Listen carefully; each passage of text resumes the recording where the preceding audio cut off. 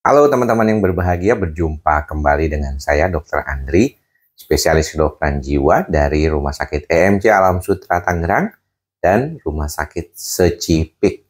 Kali ini kita akan membahas kembali salah satu masalah gangguan kejiwaan yang paling saya temui di dalam praktek saya sebagai dokter jiwa, yaitu gangguan cemas menyeluruh dan gangguan cemas panik. Dalam bahasa Inggrisnya dan dalam literasi untuk diagnostik secara internasional disebut Generalized Anxiety Disorder dan Panic Disorder. Nah, mengapa saya membahas hal ini? Karena saya yakin banyak di antara teman-teman yang masih belum memahami secara penuh apa yang terjadi pada pasien yang mengalami gangguan kecemasan. Dan sebagai salah satu peserta workshop yang diselenggarakan oleh European College of Neuropsychopharmacology dari sejak tahun 2023 kemarin, kita ada beberapa update terkait dengan gangguan kecemasan yang berkaitan dengan gangguan kecemasan menyeluruh maupun gangguan kecemasan panik. Dan salah satunya adalah dengan kita mencoba melihat kembali beberapa faktor yang berperan di dalam hal ini, yaitu faktor genetik dan faktor kepribadian. Nah, teman-teman pastinya sudah sering mendengarkan berbagai macam masalah gangguan kecemasan. Di dalam video YouTube ini ada tipikal gejalanya, bagaimana cara mengelola, dan bagaimana kita bisa mengatasi kondisinya tersebut secara faktor dengan obat maupun dengan non-obat. Nah, ada beberapa hal yang mungkin perlu ditekankan pada beberapa pertanyaan pasien yang berkaitan dengan sebenarnya kondisi seperti ini tuh mengapa? Apa yang terjadi? Jadi kita akan lihat ada faktor genetik, ada faktor kepribadian, dan satu lagi adalah proses perkembangan psikologis orang tersebut. Nah, kita akan bahas satu persatu ya teman-teman ya. Pertama adalah terkait dengan satu hal ini, yaitu genetik. Nah, faktor genetik ini sangat dominan ya terkait dengan gangguan kecemasan. Dikatakan di dalam twin studies atau kalau kita bicara tentang penelitian anak kembar, maka 30% sampai 40% ini akan terjadi pada anak kembar yang sama ya. Artinya salah satu dari mereka mengalami gejala gangguan panik, maka adiknya atau kakaknya tersebut akan mengalami hal yang sama dan kemungkinannya sampai 40%. Ini sebenarnya adalah penelitian biasa di dalam bidang kedokteran yang mana penelitian genetik ini akan memberikan bukti dan kesan untuk penelitian selanjutnya bahwa pasien-pasien yang mengalami gangguan kecemasan memang ada bawaan genetik dari keluarganya yang mungkin sedara dalam kondisi ini, yaitu paling dekat adalah ayah dan ibunya. Kalau yang paling jauh misalnya nenek buyut ataupun kakek buyutnya. Jadi ini satu yang berkaitan. Tidak heran di dalam praktek kita sering menemukan pasien yang mengalami gangguan cemas itu seringkali kakaknya, adiknya, ibunya gitu ya. Semua itu punya salah satunya berkaitan dengan masalah gejala-gejala kecemasan. Ini yang perlu diperhatikan. Nah, lanjut kedua, saya akan bahas dulu yang berkaitan dengan faktor perkembangan psikologis. Faktor perkembangan psikologis ini memang seringkali menjadi faktor yang paling sering diungkapkan di berbagai konten berkaitan dengan seorang yang mengalami gangguan cemas. Yaitu salah satunya adalah trauma. Trauma masa kecil ya, yang seringkali dibuat kontennya bahkan katanya dari sejak hamil gitu ya. Itu bisa mempengaruhi katanya ke si perkembangan anak tersebut. Sebenarnya dikaitkan dengan faktor-faktor hormonal yang terkait dengan situasi itu dan juga bagaimana peran otak untuk menstabilkan di dalam kondisi ini. Yaitu bagaimana kita melihat trauma itu sendiri dan dampaknya buat si orang tersebut. Contohnya begini yang gampangnya. Kalau hidup kita itu sejak kecil sulit, kita berada pada kondisi miskin, tidak punya apa-apa, kesulitan untuk menghidupi kehidupan kita, penuh konflik di dalam hidup kita. Orang tua berkelahi, orang tua berpisah, kita jadi rebutan mereka. Ada pembulian atau perundungan di sekolah. Kemudian juga sikap orang lain terhadap kita merendahkan, membuat kita itu tertekan luar biasa di dalam fase-fase perkembangan tersebut. Maka itu akan sedikit banyak berdampak pada kehidupan kita. Dan ini tidak bisa dipungkiri karena perspektif negatif yang timbul akibat emosi negatif yang banyak dan terjadi bertahun-tahun tersebut setidaknya akan mengurangi kemampuan berpikir kita secara lebih baik dalam hal sekuritas ataupun rasa aman. Perasaan aman ini sangat penting ya teman-teman, karena kita tahu sudah pernah belajar beberapa kali bahwa amigdala kita itu mengalami suatu proses ya ketika berhadapan dengan emosi negatif, fight and flight response. Dan untuk itulah maka ketika dalam perkembangannya kita selalu berada pada situasi ketakutan, kekhawatiran, kecemasan yang berlangsung lama, maka otak itu akan terus-terusan bekerja. Amigdala kita akan jauh lebih aktif daripada hipokampus kita. Makanya nggak heran orang-orang yang selalu berada dalam kecemasan itu kepintarannya, kemampuan fungsi kognitif atau kemampuan dia untuk mengingat, merespon dalam judgment atau memberikan suatu keputusan di dalam kehidupannya itu berkurang jauh.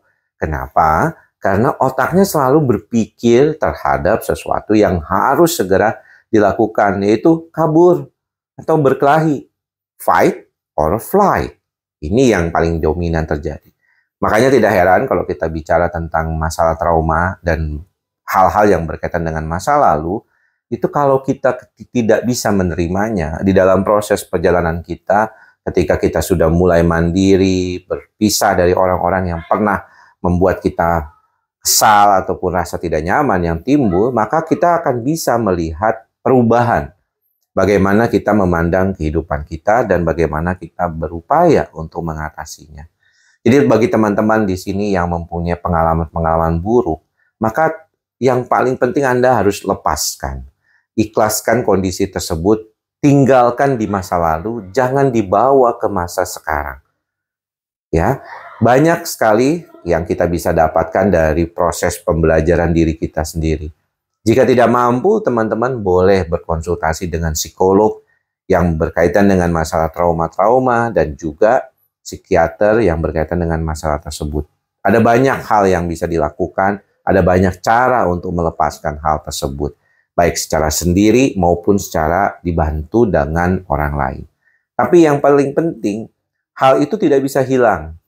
Memori itu tidak akan bisa hilang, kecuali Anda akhirnya di otaknya dicabut ke bagian memorinya, which is, atau itu tidak mungkin ya terjadi teman-teman ya. Jadi jangan berharap muluk-muluk pengen dihilangkan traumanya dalam tanda kutip, karena ada beberapa konten yang mungkin saya pernah mendengar, bahkan saya punya video TikTok juga di stitch oleh salah satu orang yang mengaku katanya bisa menghilangkan trauma. Sebenarnya mungkin bukan menghilangkan ya, tetapi memandang kondisi tersebut sebagai sesuatu yang netral, tidak lagi berdampak kepada diri kita, atau kalau kita bilang itu lebih kita terima sebagai suatu proses di dalam kehidupan kita. Berarti bukan dihilangkan. Karena bagaimana kalau Anda punya hard disk ya, kalau mau dihilangkan kan berarti harus di-reset.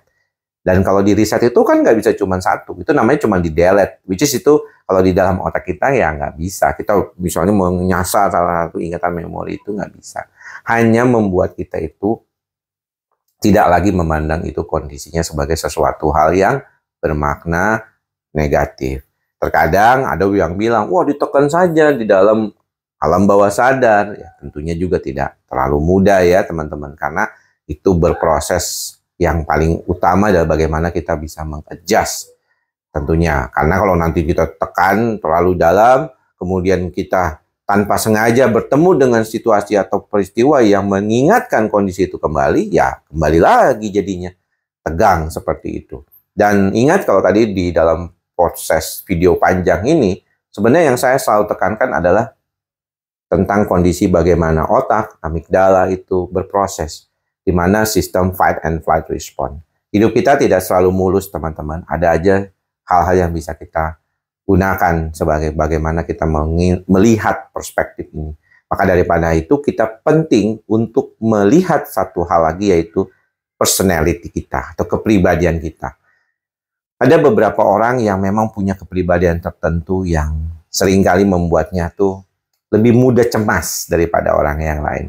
Seringkali overthinking, seringkali memikirkan hal-hal negatif yang ada di dalam kehidupannya, seringkali menjadi lebih self-conscious, merasa semua masalah itu adalah dia yang menyebabkan. Orang-orang seperti ini ditambah dengan pribadi yang perfeksionis, seringkali menimbulkan perasaan cemas yang terus-menerus di dalam semua aspek kehidupannya. Kalaupun Anda melakukan pekerjaan yang mungkin buat sebagian orang ringan saja, tapi karena tuntutan yang sangat perfeksionis dari dalam diri Anda sendiri, kepribadian Anda seperti itu, maka Anda akan merasakan perasaan yang tidak nyaman terjadi hal seperti itu. Maka daripada itu kita sarankan orang-orang ini mengenali.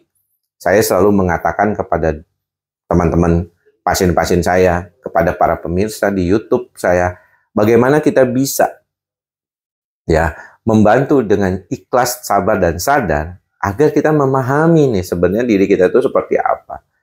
Banyak dari kita itu nggak paham loh dirinya seperti apa. Padahal waktu saya belajar sebagai dokter jiwa, saya diminta oleh guru-guru saya untuk bisa memahami diri saya sendiri, termasuk kelebihan dan kekurangan saya.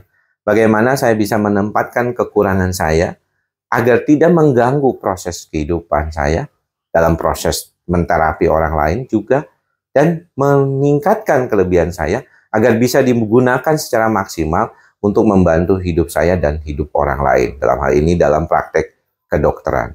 Inilah hal-hal yang penting untuk diingat oleh teman-teman semua. Ada berbagai macam faktor yang bisa membantu kita memahami sebenarnya cemas kita itu dari mana? Apakah lebih kuat faktor genetiknya, atau lebih kuat karena kita banyak masalah traumatik di masa kecil, atau karena perkembangan kepribadian kita yang seringkali membuat kita itu kesulitan untuk berada pada kondisi yang lebih stabil secara emosional dan tidak terlalu banyak menimbulkan emosi negatif yang akan mempengaruhi amigdala kita. Mudah-mudahan penjelasan panjang kali ini bermanfaat dan tidak di-skip ya sama teman-teman ya, nggak bosen gitu ya dengarnya. Ini adalah suatu ilmu yang harus dipahami oleh semua teman-teman yang punya masalah gangguan kecemasan.